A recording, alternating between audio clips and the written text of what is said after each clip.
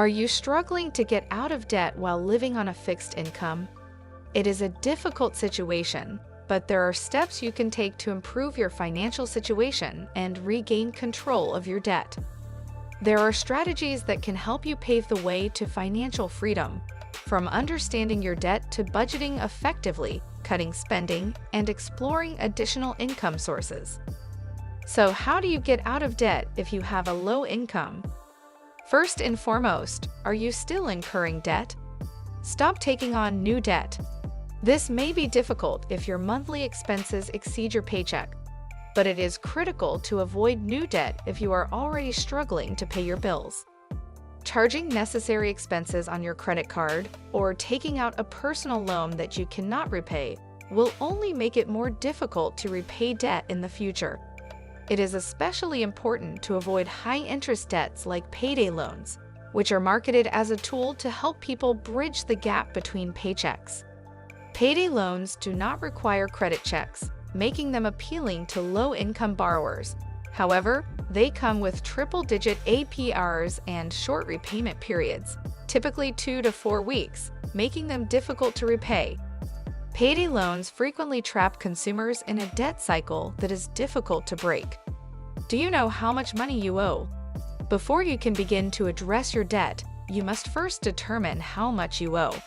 Begin by visiting annualcreditreport.com, where you can obtain a free credit report from each of the 3 major credit reporting agencies: Equifax, Experian, and TransUnion. Your debts will be listed in your report, with information broken down by lender, loan amount, and credit card balance, for example. However, keep in mind that your credit report may not include everything you owe. Credit reporting agencies can only provide information on accounts and debts that have been reported to them, and there may be a delay in reporting balances, payments, or amounts referred to collection agencies, but it is still a good place to start.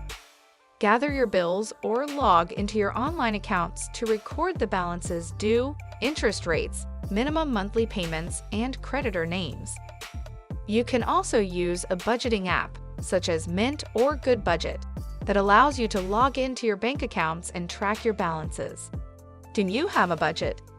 With your debt list in hand, create a budget that compares how much of your money goes out each month to cover minimum debt payments and living expenses to how much income you have. You can use an app like the one mentioned above to automate your budget, or you can create your own budgeting spreadsheet. How are you going to do it? To stay on track with your finances, consider using the 50/30/20 budget method. Mortgage payments, groceries, and other necessary expenses should account for 50% of your income. Dining out, streaming services, and other forms of entertainment should account for 30% of your income. 20% of your income should be set aside for debt repayment and savings, which should include retirement savings and an emergency fund.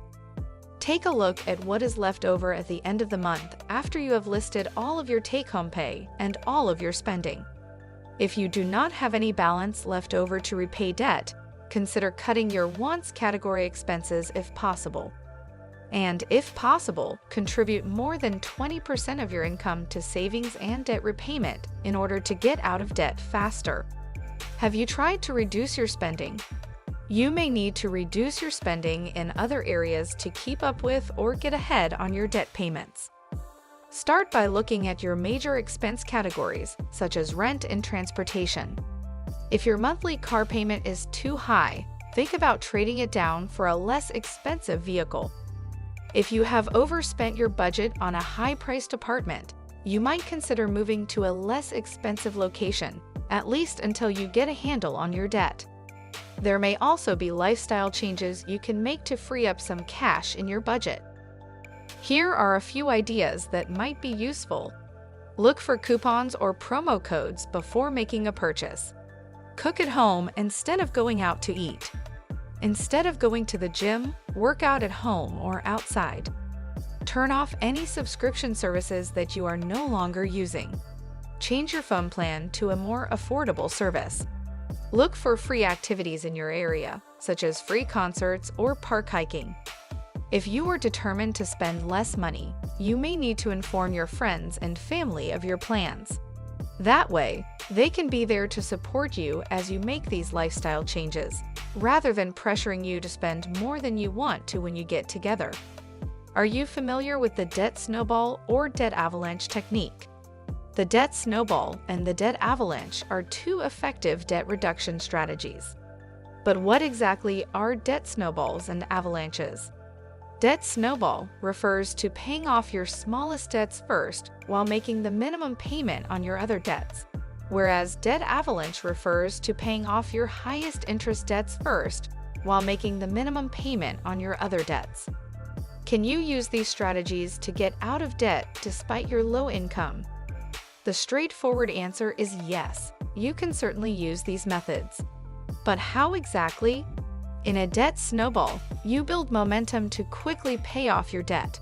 Using this debt repayment strategy, you will begin by paying off the smallest debts first, eliminating the less intimidating balances before progressing to larger, more expensive debts. The debt snowball method makes it easier to pay off your debts because you start with smaller balances that can be repaid faster. Debt repayment can be less of a puzzle with fewer debts to juggle. Now let us look at the other one, the debt avalanche method. The debt avalanche method prioritizes debt elimination by focusing on debts with the highest interest rates. This ensures that you save the most money on interest over time. However, if you have large balances on your highest cost debts, it may feel like you are making slow progress. If you are having trouble repaying large debts, consider consolidating them with a debt consolidation loan. Have you attempted to bargain with your creditors for lower interest rates? If the interest rates on your debt are making it difficult to keep up, you may be able to adjust them. Call your creditors and try to negotiate a lower interest rate. If you have made payments in the past, you are more likely to get a positive response. When making your request, you could mention that you have kept your account in good standing. If you can reduce your interest rates, you will save money on your debt and may be able to pay it off sooner. Do you have a rainy day fund? You do not have to choose between paying off debt and saving money. Establishing an emergency fund is critical to getting out of debt. When disaster strikes and you do not have any savings set aside, it is easy to fall deeper into the debt cycle with just one financial setback. Here are some pointers on how to start an emergency fund. Determine your monthly expenses and begin small. An emergency fund should ideally cover your basic monthly expenses for about 6 months. However, it is prudent to begin with the goal of covering 1 month's worth of expenses.